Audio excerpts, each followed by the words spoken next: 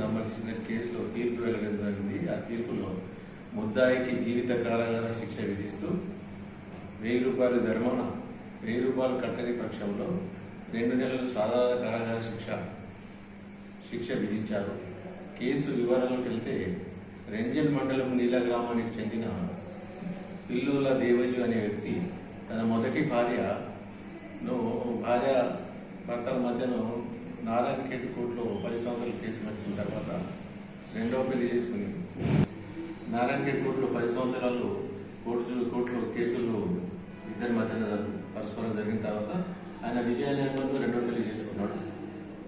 తర్వాత ఆమెను మళ్ళీ పిలిపించుకొని మంచిగుందామని పిలిపించుకొని ఇంటికి తీసుకొచ్చి 1 వారం రోజులు బాగా ఉన్నట్టు నటించి ఆమెను చంపాలని నిర్ణయించుకొని తన చికెన్ కోసే కత్తితో రాత్రి పడుకున్నప్పుడు ఆమె గొంతు కోసి హత్య చేసి ఆ కత్తితో సహా పోలీస్ స్టేషన్కి వెళ్ళి లొంగిపోగా అప్పుడున్న మురళీ ఎస్ఐ గారు ఆయన వాంగ్మూలం రికార్డ్ చేసి అక్కడున్న వీఆర్ఏ అంటే గ్రామ సేవకులను పిలిపించి వాళ్ళ సమక్షం కూడా ఈయన నేరం చేసినందుకు ఒప్పుకున్నారు.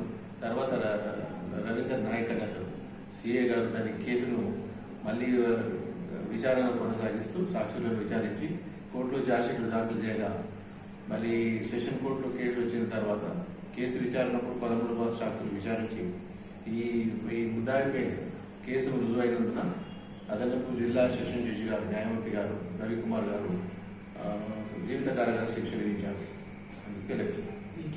ఈ కేసులో కోర్టు లైజన్ ఆఫీసర్ గారు, సిడిఓస్ గారు మరియు పోలీస్ సిబ్బంది అందరూ సహకరించినందుకు వాళ్ళకు కృతజ్ఞతలు.